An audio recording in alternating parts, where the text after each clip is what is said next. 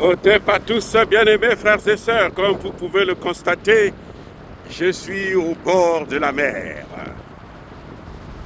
Et il y a beaucoup de vent, mais je tenais quand même à communiquer avec vous en cet instant parce que les informations sont bonnes.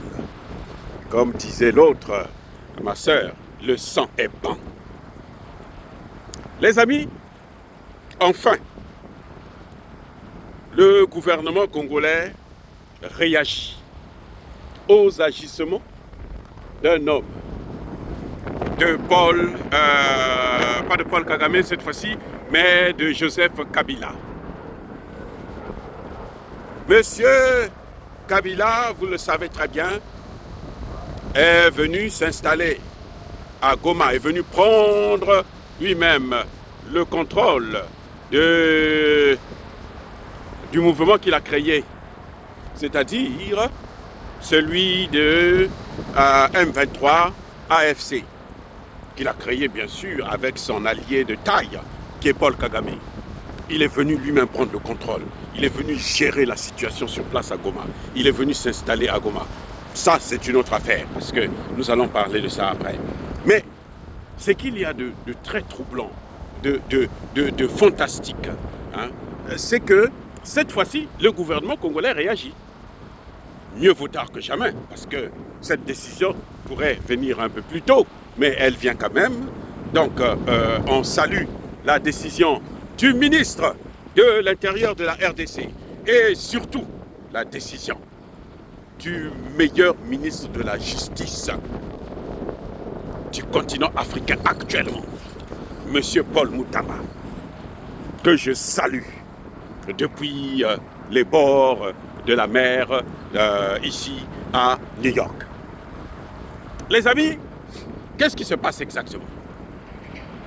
Le ministre de l'Intérieur a pris acte de l'attitude de Joseph Kabila et de ses alliés. Tous ceux qui ont fait défection, tous ceux qui ont décidé, je voudrais vous montrer quelque chose là en même temps, mais je n'arrive pas, voilà, c'est cet avion qui est en train de décoller parce que je ne suis pas loin de l'aéroport non plus, de la Guardia aéroport, le deuxième aéroport de la ville de New York.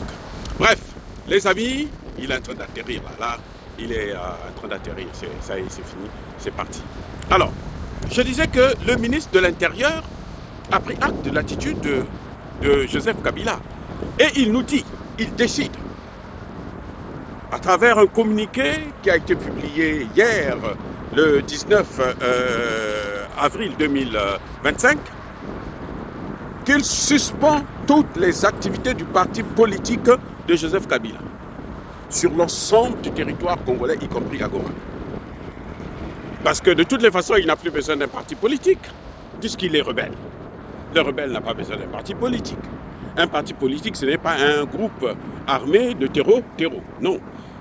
Un parti politique, c'est un parti qui milite pour prendre le pouvoir par les moyens prévus par la Constitution du pays. Or, lui, il a choisi de prendre des armes pour revenir au pouvoir après 18 ans de massacre, de détérioration, de destruction systématique à la fois de l'armée et de l'administration de la RDC, puisqu'il vient du Rwanda, c'est un Rwandais, aujourd'hui c'est prouvé. Donc, il n'a plus besoin de ce parti politique. Et là, le ministre de l'Intérieur, le gouvernement congolais a raison sur toute la ligne de suspendre. Moi, je pense que même la suspension, le ministre a été gentil. Parce que, en fait, on devrait plutôt parler de la radiation, la suppression, hein, l'interdiction de ce parti politique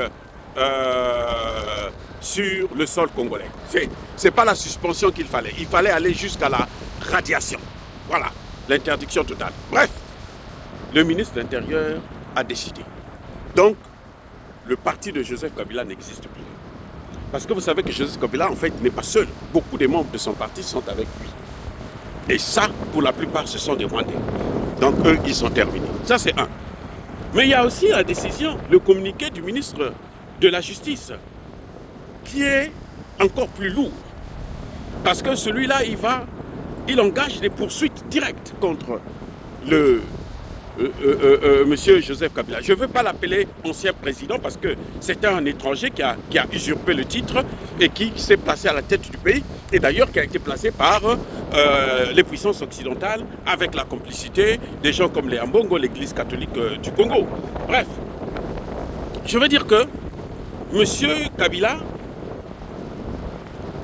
est poursuivi maintenant par la justice congolaise pour le comportement qu'il a bien pu avoir au niveau de la RDC. Le fait de se déplacer, venir assumer lui-même directement que c'est lui le M23, c'est lui le patron du M23, c'est lui le patron des groupes armés, alors il assume ses responsabilités et donc il est poursuivi pour haute trahison du Congo. Mais il n'y a pas que ça. Il n'y a pas que ça.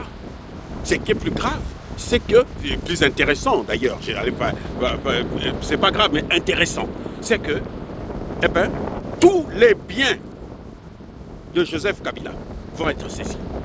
Tout ce qu'il a pu voler pendant 18 ans, tout ce qu'il a pu amasser pendant 18 ans de règne, dans un pays qui n'est pas le sien, tout ça va revenir aux Congolais. Aïe, ça c'est beau. Monsieur Moutamba, c'est beau, ça c'est beau. L'État congolais de la RDC reprend tous ses biens. On va certainement vendre ça aux enchères et puis investir pour construire des écoles, des hôpitaux dans les zones que lui, il a détruites, notamment dans l'Est de la RDC. Vous voyez, les amis, ce qui est intéressant, c'est ça. Hein? Monsieur Kabila est poursuivi et tous ses biens seront saisis. Les biens immobiliers et les biens mobiliers.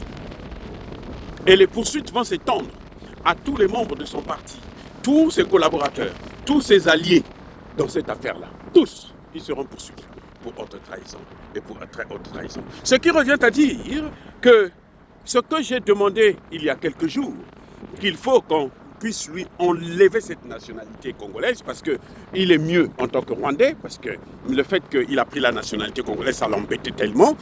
Alors, il faut qu'il reparte chez lui au Rwanda, on lui enlève la nationalité congolaise, qu'il soit un Rwandais à 100% et qu'il assume ses responsabilités en tant que Rwandais. Voilà le problème, voilà l'inconvénient, voilà la bonne nouvelle. Bien-aimés frères et sœurs, encore une fois de plus, je salue le gouvernement congolais, je salue l'attitude du gouvernement congolais. Ils réagissent toujours, c'est des bombes à retardement, mais bon, c'est des bombes qui font mal.